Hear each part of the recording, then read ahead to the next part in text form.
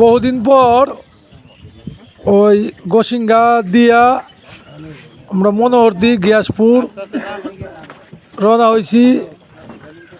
এইমাত্র এই যে শীতলক্ষা নদী পার হওয়ার জন্য ফেরিঘাটে আসলাম। এদেন কি টলটলা পানি, শীতলক্ষা নদীর পানি খুব গভীর নদী এবং খুব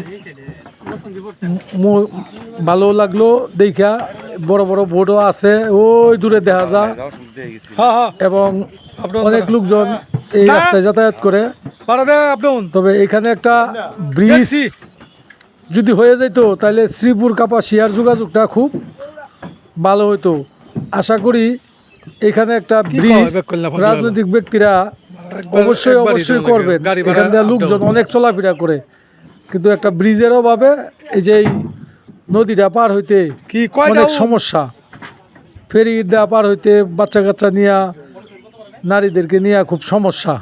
এখানে একটা ব্রিজ হয়ে গেলে দুই থানার সেতুবন্ধনও হইতো এবং যাতায়াতেরও খুব সহজ হইতো আর কি। আশা করি এই জায়গায় অতি তাড়াতাড়ি একটা ব্রিজ হবে। যা হোক, সবাই ভালো থাকবেন, দোয়া করবেন এবং সাথে থাকবেন।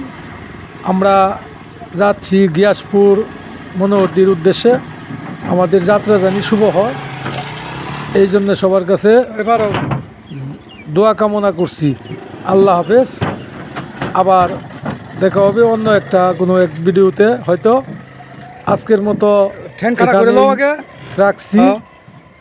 সবাই ভালো থাকবেন ইনশাল্লাহ।